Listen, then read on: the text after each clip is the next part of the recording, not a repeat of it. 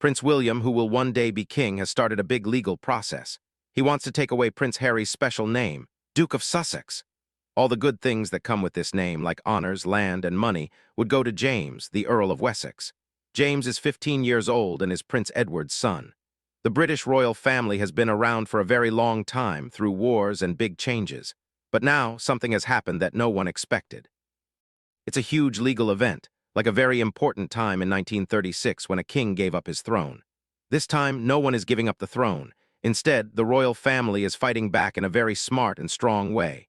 Prince William has done something no one thought a royal would ever do. He has started a serious legal process to take away his brother Prince Harry's title, Duke of Sussex. This isn't just talk or secret pressure. It's happening through official legal steps and old rules that haven't been used since a long time ago during the First World War. But here's the surprising part. The title isn't just disappearing. It's being given to a 15-year-old boy named James, Earl of Wessex. This teenager has always lived a quiet life, but now he's suddenly in the middle of a huge change in the royal family that people will remember for a long time. And no one in the news is asking the most important question. Is this just a quick reaction, or was it always the plan? Because when you look at all the events, it seems like it wasn't a sudden decision. It looks like a smart, long-term plan that has been worked on for 18 months, just waiting for the right moment. Harry gave William that moment in Sydney in March 2026. Keep reading, because you're only seeing a small part of what's happening. The Australia problem has 8 big mistakes. To understand why William acted when he did, you need to know what Harry actually did in Australia. Not just what the news said, but the real, proven record of 8 different kinds of bad things Harry did. People inside the palace say these were the biggest mistakes against royal rules since 1936. Mistake 1, talking to other countries without permission. In March 2026, Harry went to Sydney. His helpers said it was a private trip, but it wasn't. Soon after he got there, Harry met with the leader of Australia, Anthony Albanese, for an hour and a half. He didn't tell the British government or the palace or the British office in Australia. Papers that were secretly shared said Harry offered to work as a special helper for the Commonwealth, a group of countries connected to Britain. He was trying to be a royal who works by himself, talking to other countries. This was directly against an agreement he signed in 2020. This wasn't just a friendly chat. Harry was trying to act like he had power for Britain without anyone telling him to, watching him, or holding him responsible. Mistake 2, security problems. Harry's protection in Australia was paid for by himself, not by the regular police, which is what usually happens for someone important like him. His private security team didn't work with the Australian police. This caused a 7-hour period where Harry, who is 6th in line to the British throne, was basically not protected in a foreign country. For 7 hours, no one was watching him or working together to keep him safe in a country where people were already talking about the future of the monarchy. Mistake 3, money problems. Records show Harry got $250,000 for giving a speech to a business group. He didn't openly say he got this money. The money went into a company in Delaware, which made people wonder about taxes in 3 different places: the UK, the US, and Australia. Was he trying to hide money on purpose, or was it just a careless mistake with big consequences? Either way, it's a bad sign. Either way, it makes people ask serious questions about someone who still has a royal title and uses it to make money. Mistake 4, breaking rules about clothes. At an event for soldiers in Australia, Harry wore military medals, including one for serving in Afghanistan, that he isn't allowed to wear in public. He lost his honorary military rolls in 2020. The military says this wasn't a mistake. They call it using military symbols without permission. And ask yourself this: is this how someone acts if they have truly moved on from royal life? Or is he trying to show everyone that he still has a royal identity, even though his family asked him to give it up? Mistake 5, tricking the media. Harry's team planned for American TV channels, CBS and ABC, to cover his trip to Australia. They made it seem like an official royal tour, but they purposely didn't let British news reporters come. So different stories were told to people all over the world at the same time. One story made it seem like Harry was on an official trip, while another said it was private. The palace in London knew exactly what this plan was trying to do, and they wrote down every detail. Mistake 6, criticizing the royal family. At a private dinner with 47 guests at a university in Australia, Harry was secretly recorded. He didn't know he was being recorded. What he said in that room, away from cameras, where he thought he could speak freely, was described by palace officials as actively trying to hurt his father's rule. He said the royal family was slowly falling apart. He talked about being very open and making things modern in a way that suggested King Charles was not doing a good job. His father is fighting cancer. The palace announced that the king has cancer. His brother is getting ready to become king, and Harry, at a private dinner, was criticizing the very institution that defines them both. Think about what it means for a son to publicly say his father's rule is slowly falling apart. No matter how you feel about Harry's complaints against the royal family, that specific moment, those specific words in that specific room went too far, and the palace would not ignore it. Mistake 7. Using his title for money. Ads for Harry's next book, which is reportedly called Spare No More, show pictures from his Australia trip next to words that suggest he is still doing royal duties. This purposely confuses people about whether Harry is acting in an official role. He is making money from the unclear status of his royal position while also hurting the royal family as an institution. Mistake 8. Meeting with people who want to get rid of the monarchy. This might be the most shocking mistake. Harry secretly met with people from the Australian Republic movement. He reportedly told them he understood their point of view and that the future of the Commonwealth depends on countries choosing to be part of it, not just because they have to. Prince William, who will be the next king, heard about this from London. Any small chance of making up with Harry disappeared forever at that moment. Because there's a big, important difference between a royal stepping back from duties and a royal actively giving his trust, his presence, and his quiet support to a group whose only goal is to get rid of everything his family stands for. Harry crossed that line in Australia. And William, who had already been preparing for 18 months, was ready. Look at each mistake separately. Each one is a serious breaking of rules that needs a formal response.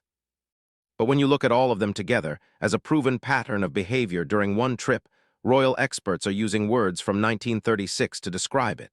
The palace didn't have to try hard to build this case. Harry made the case himself. He provided every piece of evidence for every mistake during 8 days in March 2026, and the royal family was watching every single minute of it.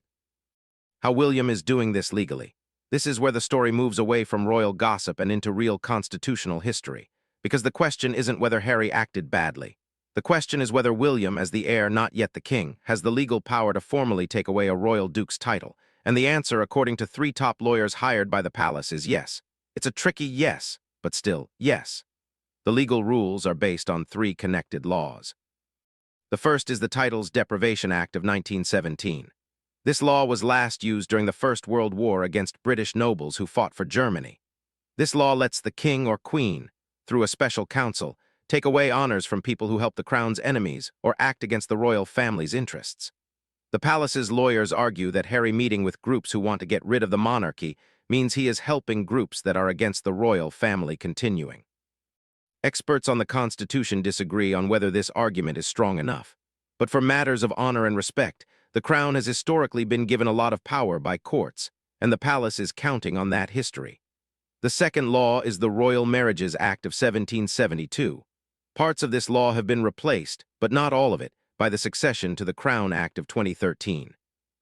The parts that are still active give the king or queen and their direct heirs a lot of power over the official roles and public duties of family members. William's legal team says that Harry's unauthorized diplomatic talks in Australia fit exactly what these rules were meant to control. The third law is the Crown Estate Act of 1961, which says that land, titles, and honors held by royal family members are ultimately controlled by the crown, not owned by the person. Harry doesn't own the Duke of Sussex title. He holds it because the king or queen allows him to. He always has. The palace is reminding him of that tonight in the biggest way possible. 2 past events help explain the legal situation. In 2022, Prince Andrew lost his military titles and his Royal Highness status. Prince Andrew lost all his military titles because he was facing a sexual assault lawsuit. This happened through a mix of family pressure, a personal agreement, and the Crown's unspoken power. No formal process in Parliament was needed, and the Duke of Windsor, Edward VII, had his money controlled by his brother George VI for decades after he gave up the throne, even though he kept his Duke title. What makes William's action truly new and unlike anything else in modern constitutional history is how the title is being moved. William isn't just taking away Harry's title. He is using an old rule called translation of honors. This means a title isn't destroyed, but is instead given to someone else to keep it going and to keep the things that come with it. The Duke of Sussex title, with all its money, land, and honors, moves directly from Harry to James. The title continues, but a different person holds it. By doing this, William avoids some of the biggest legal problems that simply taking away the title would create. Does this need Parliament's approval? The palace's lawyers say no, relying on the special counsel rule. Harry's lawyers say yes. That argument will happen in court, but the palace has already started the process. The meeting of the special counsel in early May is when this decision will become official, final, and cannot be changed. And here's what that means in practice. Once the special counsel approves the order, Harry's legal choices become very limited. He could theoretically ask a higher court to review the decision, but experts on the Constitution say any challenge has less than a 15% chance of winning because the Crown has historically been given a lot of power in matters of honor and respect. The institution has built this case carefully. Every legal requirement has been met. Every past event has been studied. What you are watching is not made up on the spot. It is a planned execution. The plan, 18 months of careful strategy. Now this investigation goes beyond facts into how power really works, because this wasn't just a reaction to what happened in Australia. Every paper, every date, every meeting in this timeline proves one thing. William has been getting ready for this move since at least November 2025. November 12, 2025. Harry's helpers contact the Australian government, saying the planned visit is private. November 28th, palace officials find out about the trip, not from Harry or his team, but from secret information. This detail is important. The breaking of family manners is noted from this moment. December 3rd, William asks for an official report on Harry's Australian contacts and is shown messages that suggest Harry has plans for diplomatic work. December 17th, Charles has a 3-hour meeting at Sandringham with William and Edward to start planning for what might happen. And that was their first private meeting in over a year and a half. Meanwhile, Prince William is going back to work today for the first time. January 8, 2026. The Palace Legal Office officially starts looking into past cases where titles were taken away. They ask 3 top lawyers for reports on the Titles Deprivation Act. January 22nd. This date is very important. William secretly meets with the Prime Minister, Keir Starmer, to make sure the government will support potential constitutional action. Notice the timing carefully. He is getting political support before Harry has even done anything wrong in Australia. No meeting with Albanese has happened yet. No picture from the veterans' event has been taken yet. No recording from the ANU dinner exists yet. The plan was already in motion. What does that order of events tell you about how this operation was planned? This wasn't a government being told about a crisis. This was a government being brought into a strategy. February 4th, Harry's team books the meeting with Albanese at Currybilly House without telling the Foreign Office. February 19th, British spy agencies tell Charles about Harry's full travel plans in Australia, including the planned meeting with the Republic movement. March 3rd, Harry arrives in Sydney. Special monitoring starts right away. From this point, the timeline speeds up with extreme precision. March 5th, the Albanese meeting happens. Transcripts reach London within 6 hours. March 6th, pictures from the veterans' event reach the Ministry of Defence. March 7th, the ANU dinner recording reaches palace officials through someone who was there and sympathetic. March 9th, Harry leaves Australia, completely unaware that his entire visit has been thoroughly documented by both British and Australian intelligence. March 11th, William calls an emergency meeting of important royals. Anne, Edward, Charles. March 13th, Charles gives William permission to look into all possible options. March 18th, legal advisors present the strategy of transferring the honor, with James identified as the right person to receive it. March 24th, Edward gives his conditional approval, waiting for promises about James' education and preparation. April 2nd, William sends a formal letter to Harry through lawyers, listing the accusations and giving him 14 days to respond. April 8th, Harry's legal team responds, saying the accusations are false and threatening to sue publicly. April 10th, William tells his lawyers to proceed no matter what. April 14th, the special counsel is formally told about an upcoming order regarding royal honors. April 16th, Frogmore Cottage transfer papers are filed with Windsor registries. April 18th, financial assets worth about £12 million are frozen, waiting to be transferred. April 19th, the palace signals to certain news outlets that a big announcement is coming soon. April 24th, 2026. Tonight, the official announcement reaches every major news organization at the same time. 18 months, every step recorded, Every legal requirement met before the next action was taken, every point of no return passed on purpose. This is not a family in confusion. This is an institution working with the cold, careful efficiency of an organization that has survived 1,000 years and plans to survive 1,000 more. And Harry, who spent 6 years saying that the monarchy works through secrecy and looking out for its own interests, has just given the clearest proof yet that he was right, while at the same time becoming the target of the very system he described. The irony is not lost on experts tonight. It should not be lost on you either. James, the 15-year-old at the center of history. Inside all of this, within the legal rules, the constitutional arguments, and the palace plans, there is a 15-year-old boy named James. His story might end up being the most important part of everything happening tonight. James, Earl of Wessex, is the youngest child of Prince Edward and Sophie, the Duchess of Edinburgh. He has grown up purposely kept out of the public eye. His parents made a choice early in his life to protect him from the constant attention that has defined, and often harmed, the lives of his cousins, his uncle, and every young royal who has grown up with the constant pressure of public scrutiny. He goes to school. He has friends who treat him like a normal person, not a symbol. By all accounts, he has been a remarkably normal young man given the extraordinary family he was born into. And now his future is being changed by decisions made by adults above him and around him, in rooms he wasn't in, adults responding to a crisis he had no part in creating. The Duke of Sussex, a title that became known to the public through Harry and Meghan's wedding, through Netflix, through Harry's book Spare, and through 6 years of disagreements with the institution, now belongs to James. The money effects are significant. About £875,000 in yearly payments previously given for Sussex-related expenses will be changed through the Duchy of Cornwall. Frogmore Cottage has been officially given to James's trust, starting April 1, 2026. Financial assets worth about £12 million, trust funds, Crown estate money, the entire money system of a royal dukedom is being fully transferred. But at 15, James cannot personally control these assets. His father, Edward, will be in charge as a trustee, likely until James turns 25, according to the expected trust documents, rather than 18. Edward himself must now handle a completely changed set of duties, a reshaping of his son's life and public identity. This is happening at the exact moment his own brother's identity is being officially taken apart. Is this fair to James? Is it right to change a 15-year-old's future as part of how the institution responds to his uncle's choices? That question has no easy answer, and the palace will eventually have to talk about it publicly because James didn't choose this.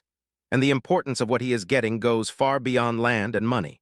He is getting a story, one of the most argued about and emotionally charged stories in modern royal history. And he is 15 years old. Also, think about the family relationships that are now permanently changed. Harry's children, Archie and Lilibet, growing up in California, will one day understand that a title their father held, a title connected to their own family identity, was taken from him and given to their cousin. The long-term effects of that reality, the emotional weight it carries across two parts of the same family, will last for decades. The monarchy has made a clear, institutional decision tonight.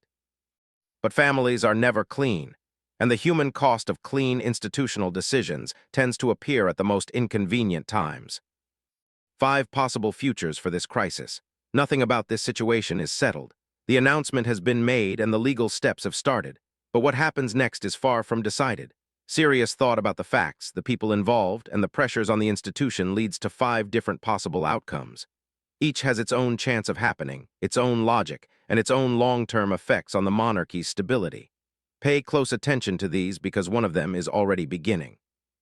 Scenario 1, complete giving up. Probability 12%. Harry accepts that his title is taken away, stops all semi-official activities, and focuses his energy on American businesses with no royal connections. This keeps some family relationship and removes the ongoing problems with the institution. But it means Harry has to give up the identity he has spent 6 years building. The reformer, the truth-teller, the man who gave up royal privilege to speak out. 12% possible, but just barely. Scenario 2, long court fight. Probability 38%. Harry challenges the decision in a higher court, arguing the title's Deprivation Act doesn't apply to him. Constitutional experts give this argument less than a 15% chance of winning legally. The Crown has historically been given a lot of power by courts in matters of honor, but winning in court might not be Harry's main goal. 2 to 3 years of legal battles mean 2 to 3 years of news stories. leaked papers, and sworn statements about the family's inner workings. Every interview, every shared message, every piece of evidence made public becomes a weapon in the bigger fight Harry has been having since 2020. He might think that causing continuous damage to the institution is a kind of victory itself, even without winning a single court case. The palace, fully aware of this, will be thinking about whether the damage to its reputation from years of legal battles is worse than what it gains by forcing Harry to formally give up the title through legal defeat. Scenario 3, agreed compromise, probability 23%. Through mediators, and this family has always worked through mediators, William and Harry reach a private agreement. At her funeral, her brother, the current Earl, promised that the Spencers, the blood family, would take care of William and Harry. Harry keeps the Duke of Sussex title as an honorary name but gives up Frogmore Cottage, the financial assets, and the official privileges. Both sides accept losing a little. A way to save face is created. This outcome sets an unclear example and doesn't completely satisfy anyone, but it ends the immediate conflict without the damage of years of legal battles. Scenario 4, growing separation. Probability 41%, the highest of any outcome. Harry publicly rejects that his title is taken away but chooses not to go to British courts. Instead, he focuses more on American business activities, strengthens his connections with groups who want to get rid of the monarchy, and presents himself as a royal-adjacent figure, always openly against the institution. The split becomes permanent. Both sides operate independently. The Sussex brand becomes something completely separate from and always in conflict with the crown. This is the most likely future, and it has the most unpredictable long-term effects for both sides. Scenario 5, unexpected making up. Probability 6%. A family health crisis, most likely involving Charles's ongoing cancer treatment, forces everyone to rethink their personal priorities. A face-saving arrangement transfers property and money to James, while Harry keeps a changed, smaller version of the title. 6% is almost impossible, but not completely. Which outcome do you think is most likely? And here's the harder question. Which outcome would genuinely be best for the long-term health of the British monarchy? Because those are not the same question. The most likely future and the healthiest future might be completely opposite. Tell us your thoughts in the comments below. This conversation is important. The bigger picture, what this means for the monarchy's future. Step back from the people for a moment. Step back from Harry and William, from Australia, from legal arguments and frozen money. Look at what this decision means for the institution itself. For the monarchy's structure, its power, and its relationship with the Commonwealth nations, who are watching every event with their own political plans already in motion. William's action sets an example that has never existed in modern constitutional history. An heir to the throne, not a king, but a Prince of Wales, has used de facto co-sovereign power in matters of family discipline and protecting the institution. Many things to William that make his life meaningful and special, William being the very stubborn man that he is. If this example holds, if the special council approves the order in May without a successful legal challenge, the power balance within the royal family changes permanently. Future heirs inherit not just the expectation of eventually becoming king or queen, but the proven power to act as equal disciplinarians of younger royals before they ever become king or queen. The translation of honors method creates a new way to deal with problematic family members, not sending them away, not quiet retirement, but actively giving their titles, money, and honors to more obedient individuals. This method can theoretically be used for Andrew's remaining titles. It can be used for Harry's own children if they ever want royal roles as adults. It can be used for any future family member who challenges institutional priorities strongly and publicly enough. The monarchy has developed a new tool for protecting itself, and it has tested that tool on the most visible, most talked about royal figure of this generation. The Commonwealth part cannot be overlooked. Harry's actions in Australia showed a real weakness in how the Commonwealth works. If an important royal figure, even one who has stepped back from official duties, can independently talk to Commonwealth governments and groups who want to get rid of the monarchy, then the monarchy's ability to show unified, clear, soft power across many countries is deeply damaged. William's strong response sends a message that every Commonwealth government has now received with absolute clarity. The institution will not allow competing royal stories. Working as a freelance diplomat has huge consequences. Australia, Canada, Jamaica, New Zealand, Every nation having its own internal discussion about its relationship with the crown has just seen what happens when a royal family member actively encourages that discussion. The lesson is clear. There is only one royal voice on matters of Commonwealth relations. There is one institutional position. And anyone who tries to create a different story, no matter their bloodline or their popularity, will face legal, financial, and permanent consequences. That message was heard tonight in Canberra. It was heard in Ottawa. It was heard in Kingston, and it was meant to be heard. And what about Charles? The king approved this action. His signature is on the plan, but the visible architect, the main driving force, the public face of institutional authority throughout this crisis, is William. Charles is fighting cancer. The heir is fighting for the institution. Whether that division of power shows Charles's careful, thought-out delegation or something more concerning about his current ability to govern is itself a question with big implications for when the next king will take over and for the monarchy's stability in the near future. No one in the mainstream media is directly addressing this question tonight, but consider the evidence. The December 2025 Sandringham meeting was called by William. The January 2026 meeting with Keir Starmer was attended by William. The March 11th emergency meeting of important royals was called by William. Charles authorized, Charles approved, but William led every stage of this process. At what point does authorization become delegation? At what point does delegation become succession in everything but name? These are not made-up questions. They are the questions that the next 12 months will force the palace to answer whether it wants to or not. The decision and what happens next. Here's where we stand tonight. Prince Harry is no longer the Duke of Sussex, or he will not be once the special council meets in early May and officially approves what the palace has already started. The title, the properties, the financial assets, and all associated honors are moving. Through an old rule brought back for a very modern institutional crisis. To a 15-year-old boy who didn't ask for any of it, William has done a constitutional move of extraordinary boldness. It was built on 18 months of documented preparation, 3 connected laws, 2 past events, and a list of Harry's mistakes in Australia that was complete enough to meet every legal requirement the palace needed to clear. Financial assets worth about £12 million have been frozen and prepared for transfer. Property records have been updated. The special council has been formally notified. The legal system of the British state is already moving, and all that remains now is for it to finish. A conclusion that, unless Harry's team successfully fights it legally in the coming weeks, seems as close to sure as anything in British constitutional history ever does. Harry's response, expected within 48 to 72 hours of tonight's announcement, will decide which path this crisis takes. His legal team has already hinted at public litigation. His business partners are already rethinking the value of the Sussex brand. And somewhere in Montecito, California, a conversation is happening tonight that will shape not just the next chapter of this family's story, but the next chapter of the British monarchy's existence in a world increasingly doubtful of inherited privilege and institutional authority. 3 key moments will define the next 60 to 90 days. First, Harry's public response, quiet silence or a full escalation. Second, James's first public appearance in his new role, which will show whether the palace plans to actively promote him as Harry's institutional replacement or keep him in the background while the legal process continues.